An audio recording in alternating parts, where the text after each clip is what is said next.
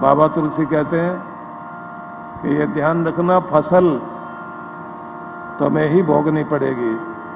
पुण्य किया है तो सुख तुम्हारी जिंदगी में किसी न किसी रूप में आएगा जरूर, और अगर पाप किया है तो दुख किसी न किसी रूप में आएगा जरूर, उससे बचा नहीं जा सकता। इसलिए बड़ा सुंदर, तुलसी जग में आए के कर लीजे दो काम, देने को टुकड़ो भलो, लेवे को हरि नाम, लेवे को हरि नाम। दो काम कर लेना जरूर, अपने भगवान का नाम जिह्वा पर बसाना, और देने के लिए कुछ नहीं तो कम से कम अन्नदान कर लिया करो, देना सीख जाइए। क्योंकि भगवान आपको देगा वापस,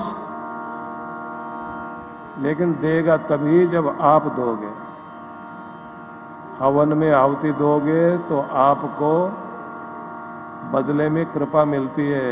बीज दोगे धरती को, फसल के रूप में वो बीज वापस आते हैं। अग्नि में मिर्चें डाल के देखिए, कितना जल्दी उसका प्रभाव वापस आ जाता है। कई गुना बढ़ा करके आग देगी। पानी में कोई गलत चीज मिला दी तो वातावरण गड़बड़ हो जाएगा, बीमारियां फैल जाएंगी चारों तरफ, वायरस फैल रहे हैं ना जगह जगह। इसी कारण ये देव है।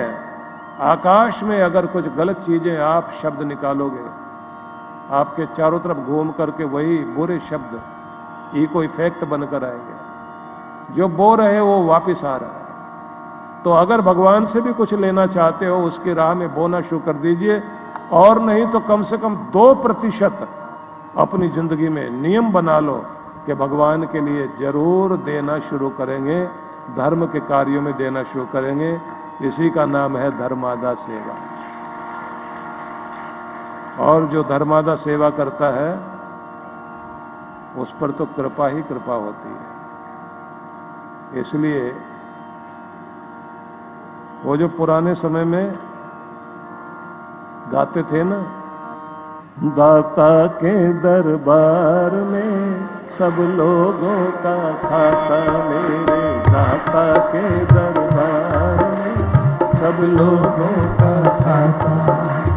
जो कोई जैसी करनी करता वैसा ही फल पाता, मेरे दाता के दरबार में सब लोगों का खाता, मेरे दाता के दरबार में सब लोगों का खाता।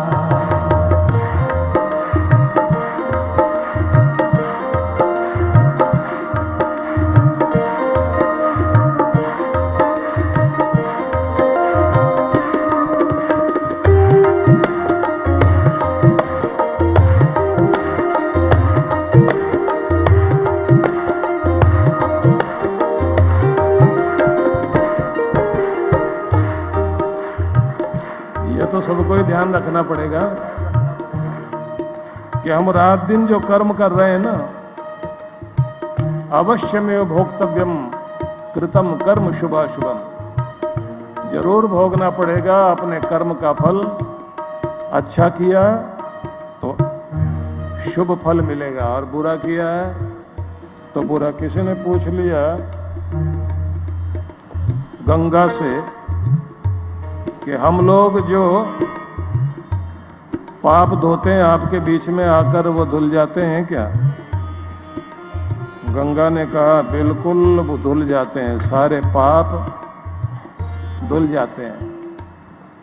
तो इतने सारे पाप लेकर आप करते क्या हो? उन्होंने कहा कि हम सारी दुनिया के पाप लेकर उनको बहाकर सागर को देते हैं। सागर से पूछा कि आप क्या करते हैं? बोले हम लोग जो है उन पापों को देते हैं बादल को। बादल से पूछा आप क्या करते हो? उन्होंने कहा कि जिसके गुनाह होते हैं ना उसी के घर में जाके बरसा देते हैं। तो छुटकारा तो नहीं हुआ ना। कहीं भी जाकर देख लिया छुटकारा नहीं मिलेगा। छुटकारा कब मिलेगा? जब आप उसको भोग लोगे। और जब भोग लेंगे उस समय अगर आपने अपने मन को टूटने नहीं दिया और आपने ये कह दिया कि भगवान मेरा कर्म अब तक गलत था लेकिन अब सुधर गया हूँ, ऐसी मति देना कि अब मेरे हाथों से बुरा ना हो, क्षमा याचना कर लेना। तो क्षमा याचना कर लोगे तो फिर क्या होगा? भगवान कृपा कर देंगे आपके ऊपर, सुबुद्धि देंगे, दया करेंगे और उस दया के कारण सत्संग मिलेगा, गुरु की शरण मिलेगी।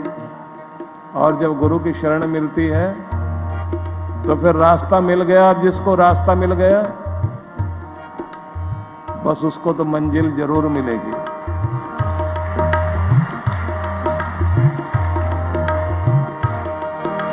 क्या साधु क्या संत गृहस्थी, क्या राजा क्या रानी,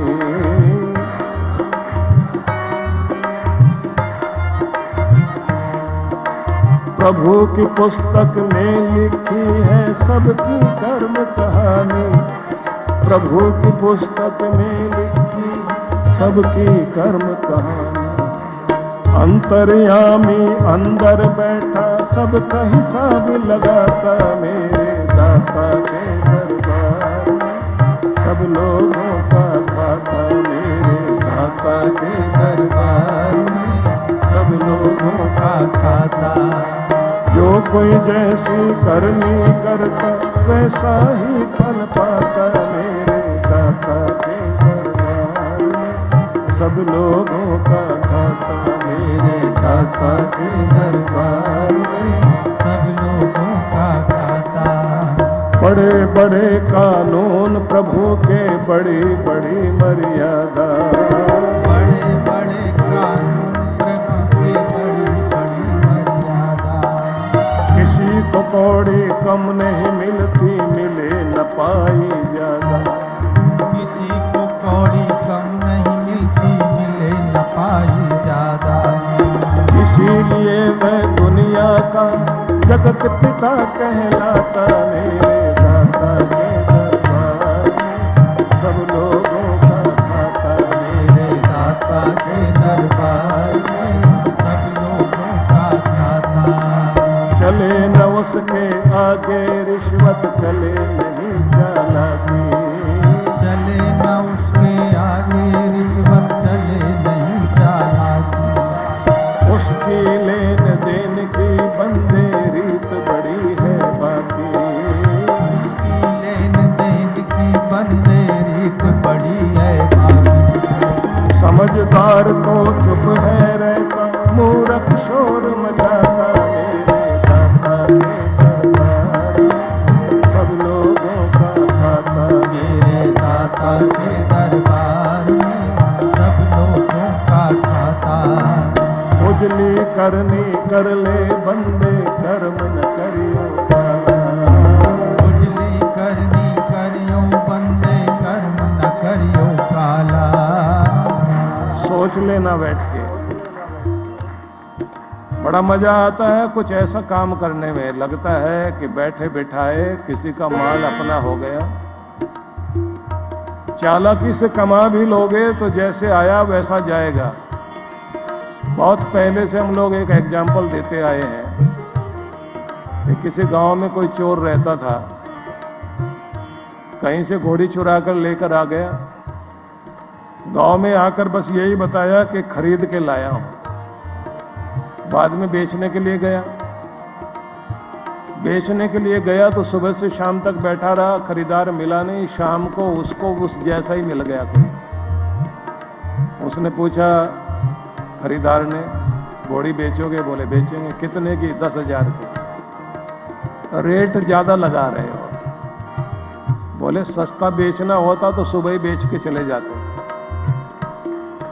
अच्छा, अगर 10,000 की है तो हम इसका ट्रायल लेंगे, चला के देखेंगे पहले।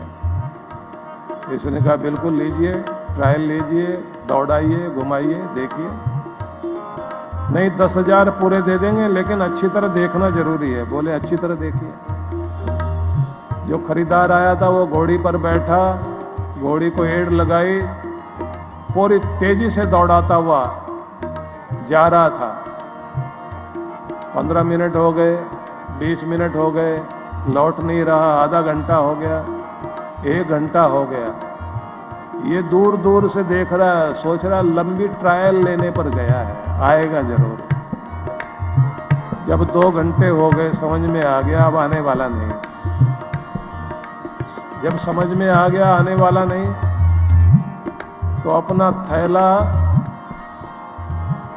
अपनी बगल में लटकाया, चादर उठाई, कंधे पर रखी, अपने गांव की तरफ चल पड़ा। कुछ लोग मिल गए, बोले घोड़ी बेच आए हो? बोले हाँ बेच आए। कितने में बेची है? बोले जितने में खरीदी थी बस उतने में बेच दी। जैसे हमने खरीदी थी वैसे कोई हमसे खरीद ले गया।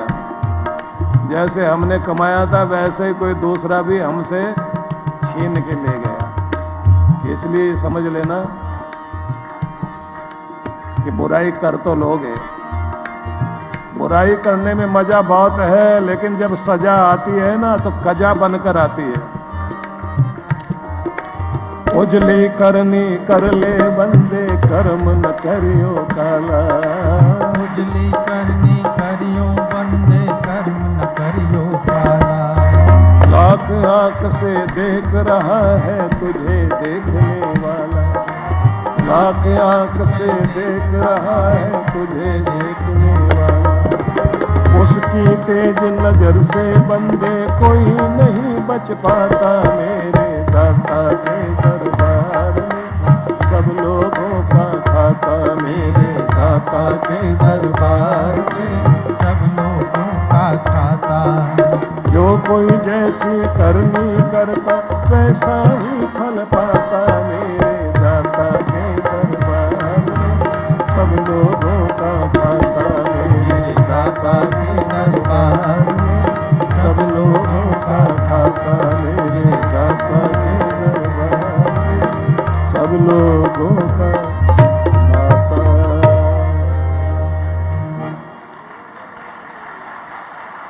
हर दिन कोशिश कीजिए कि आपका प्रभात का शुभारंभ परमात्मा के नाम से हो। विचारों में भी शुद्धता बनी रहे और अपनी चिंताएं भगवान को अर्पित करना। और रात्रि में जो आखिरी सीन होता है ना मस्तिष्क में, वो कुछ अच्छे वाला सीन रखिए, उसको सोचते हुए नाम जपते हुए सोइए।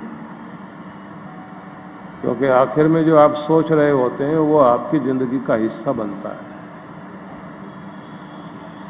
और जो अन्न आप खाते हैं ना, अन्न ग्रहण करते समय भी इस बात का ध्यान रखिए कि अन्न को पवित्र किया जाए। पहले उसको अमृत प्रसाद बनाइए। एक तरीका तो होता है भगवान को भोग लगाकर खाना। दूसरा ढंग है कि आप प्रेम भाव से मन में प्रभु को याद करते हुए अपने अन्न को देखिए और उसे महसूस कीजिए। अन्नम वही ब्रह्म, अन्न भी ब्रह्म है, शक्ति है।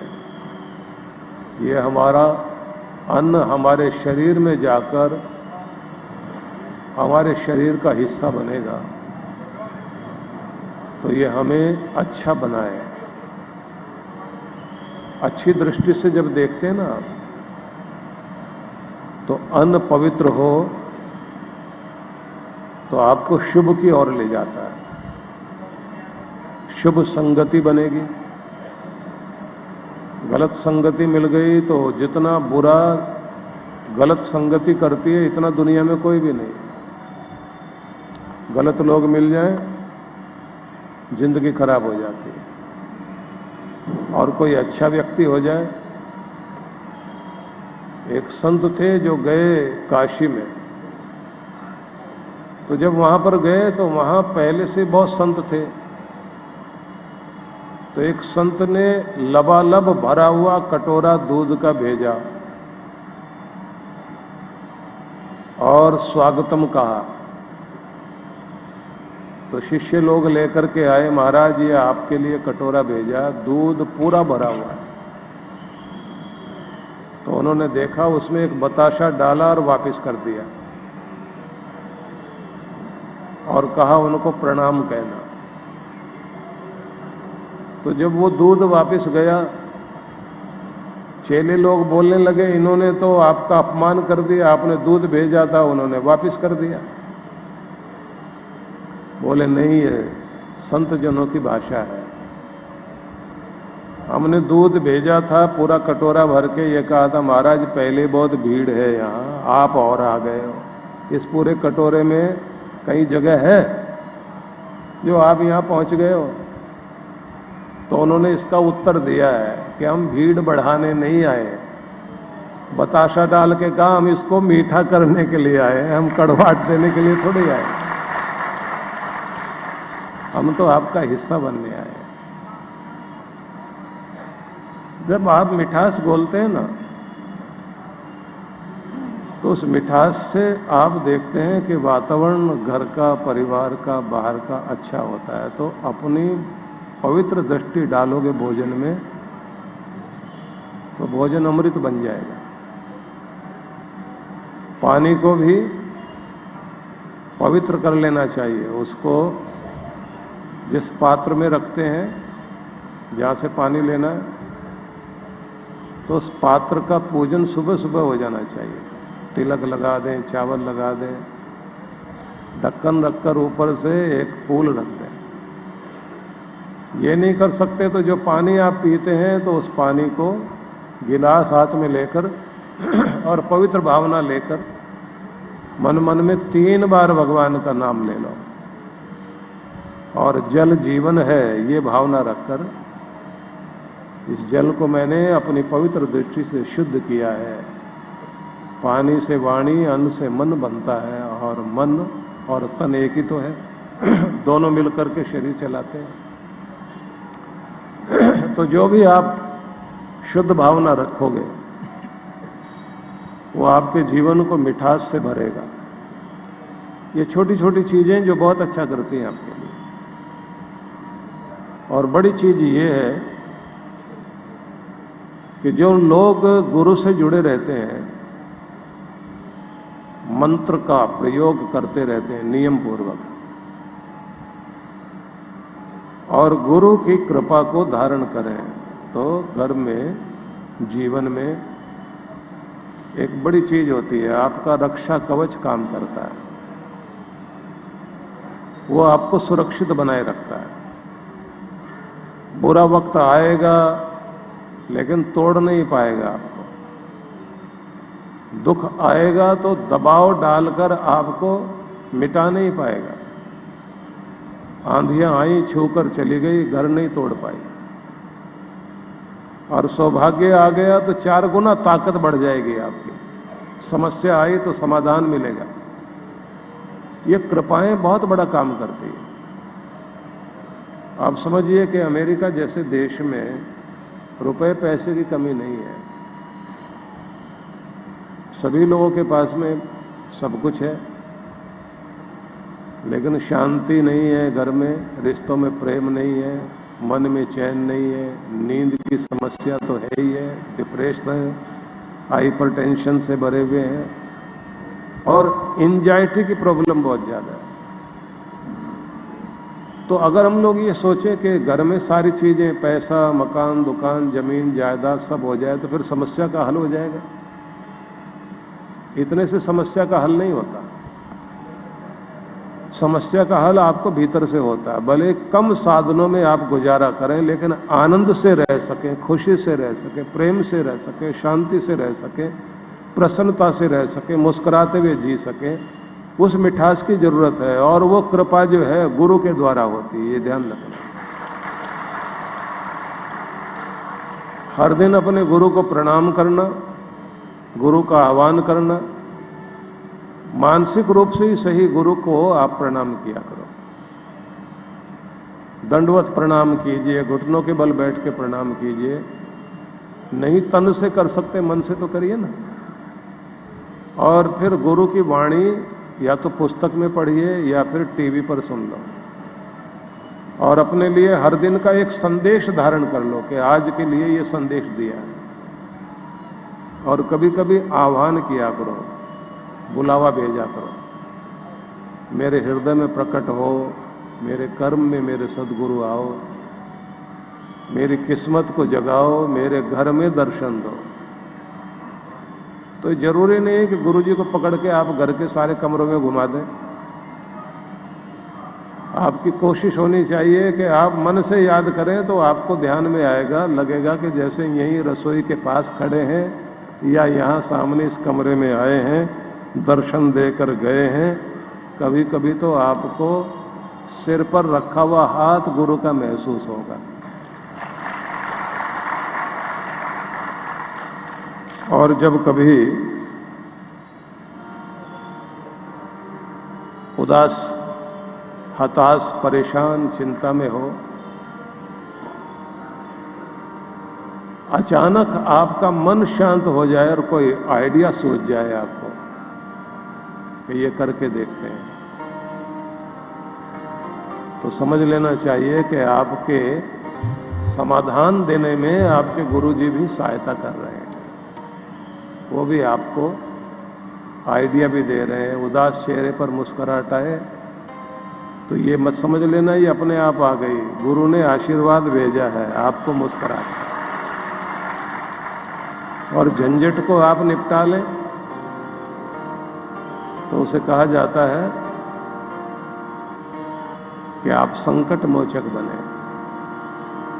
दूसरों की जिंदगी आसान बनाने में सहयोगी बनिए, दूसरों की जिंदगी को मुश्किल में डालने में कभी भी योगदान नहीं देना। तो जब जब आप अपने आप को बेहतर करते हैं, आपके पितर प्रसन्न होते हैं, आपके गुरु की कृपा आप तक आती है, आपके इष्टदेव प्रसन्न होते हैं।